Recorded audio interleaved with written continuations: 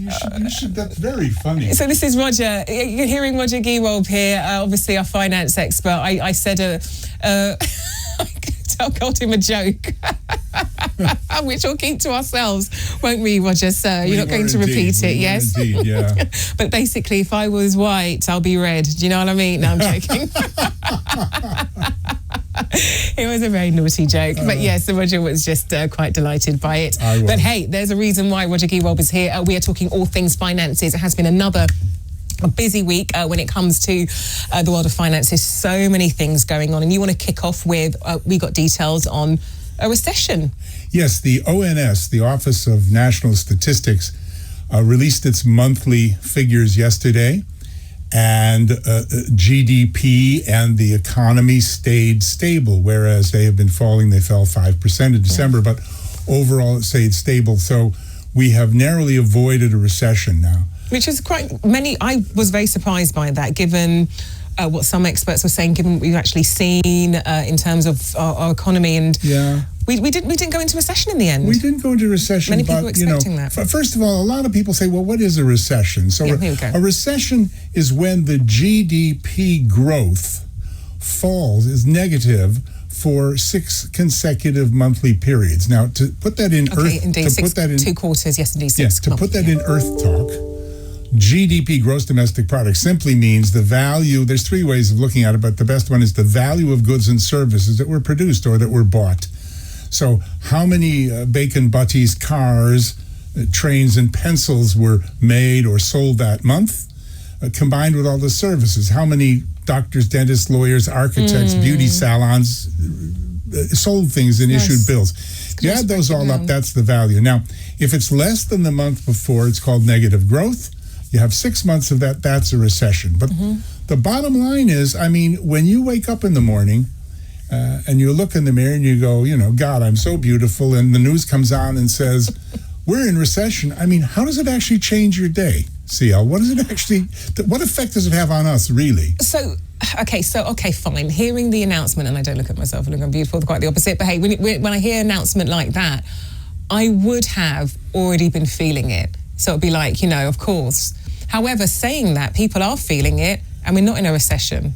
Exactly. No? What they're feeling is the cost of living crisis, not these economics figures per se. It takes a long period of time for them to work through, and then there's effects like it's harder to get a job, or you might lose your job, or your company might go. But that's all long-term stuff. Indeed. Whether we monthly go up or down or not, people shouldn't really be too worried about. So, I mean, how are you confident? The fact that we didn't go into recession, is this good news? Are things, you know, you're expecting inflation to drop? You know, are things looking good? You've had a rough couple of years. Are things looking positive? We have, and it's a small bit of progress, but I think the real issues, the real problem, as I say here all the time, are the level of interest rates, the level of taxation.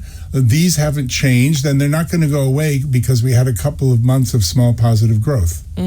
Well, speaking of inflation and cost of living, we got some details from the Chancellor, Jeremy Hunt. There was hope that maybe he could do a U-turn and continue on with the kind of support that's been offered to people when it comes to their energy bills. And what was his response to that, Roger? We'll know that it's probably going to end in April. And I mean, that is just more of the same of what we're getting from him and Rishi. Why? What's his reasons for that? My personal theory is that they are building up a war chest of cash. Remember, I've said before that various respectable think tanks have said that at the time they scared us with that 55 billion pound black hole, which disappeared 24 hours later. We actually had a 14 billion pound surplus. They are trying to get as much money. Absolutely. So Liz Truss went for nothing. So when she's been doing her interviews. No, I wouldn't go that far. Oh, okay. I mean, she was on the right track. She had some beautiful ideas, but she walked with Kwasi over to the edge of the cliff and invited people to push her off by not doing it properly. She didn't consult with the bank. If she just did the numbers properly. Boom. Okay, gotcha. So it's if she had some backup to substantiate it. But, you know, my theory, again, is that she threatened the Bank of England with their independence. Rishi didn't like losing, and if a whole bunch of people got together with their hedge fund and other friends and dumped British bonds for a few days to cause a major crisis, I wouldn't be surprised. Crazy. I don't know that that's the case. But. Crazy. But yes, going back then to this financial support, and this will be ending just when the price cap goes up. Big mistake. Why is that? Well, I mean, it's crazy. The pressures on people are still the same, recession or no. And it's just an additional pressure to take that support away. Now, again, something that I've been boring you and everybody else to tears with for a long time is that they've got to uncouple electricity from the price of gas. 2/3 of our energy bills at home are electricity. 80% of that electricity has nothing to do with gas. So if they took away that, the electricity price would drop, the experts estimate, by £1,500 per home. We wouldn't need his subsidy.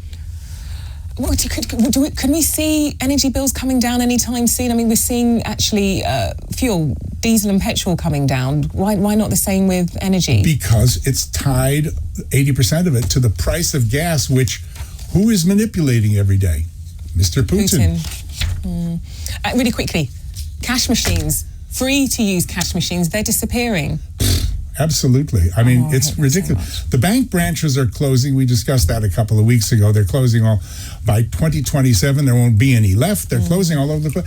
I understand that if they close down a bank branch, hey, they got to take the cash machine out of the wall, but why don't they put another one somewhere else? I was looking for a cash machine the other night. I was so frustrated. I did have this herd of wild horses running alongside me, and finally I got very frustrated, and I turned to the lead horse and I said, "Where the hell's the cash machine?" And he just said, "We'll be with you for life." Honey, you need to just start getting on the digital age. Who goes to cash machines anymore? People still need cash. People still need cash. I do sometimes. You can't be totally cashless. But we are. I can't remember the last time I held cash. Okay, last night somebody invited me for drinks at his club off Shaftesbury Avenue. Oh, and you didn't even tell me, Roger. You went by yourself. I know. We'll talk later. I know, and it was actually full of movie stars. Really? Yeah. Now you tell me. What's that going to do for me? This guy's a movie person. I was looking at all the stars, but I couldn't park my car. So there's a doorman at this place, and I asked him, and he said, "I will look after your car, so don't worry about it." Really nice. I ran around. Roger, I've got to say, this is kind of sounding like my diamond shoes are too tight kind of problems. Yeah. Do you know what I mean? No. I ran around for 40 minutes looking for a cash machine to give him something. I couldn't find one. Actually, you know what? I've got to say, when I go to church and it comes to the offering, boom, I've got nothing, and it gets me in fact, tomorrow I will make sure I have some cash. What are you going to do? Give them a credit card? Indeed, no, I can't. Well, mind you, maybe there's an argument to maybe they're going to go around with little Zettles. If they did that, I'll do it like that. Sure, they make more money too. But indeed, you're right. There are times you do need cash for church offerings. Roger, always a pleasure. I haven't scared you off to come back next week, have I? I hope so. Not yet. Not yet. No, lovely. We'll see you next week. Thank you very much. But hang around, because I think you're going to be interested in this, or at least your movie star friend might be. It's coming from the showbiz editor. Wow, yes, absolutely. Also, an invite next time that happens, please. Yes, sir. Definitely. Okay, I mean, I'm serious about that. You're going to get a call. Do you see me smiling? Okay. No. Okay, let's go. Okay, let us talk all things showbiz. Our showbiz editor, Johnny Seifert. Also, the producer of the show. Also, no, I'm joking, that's it.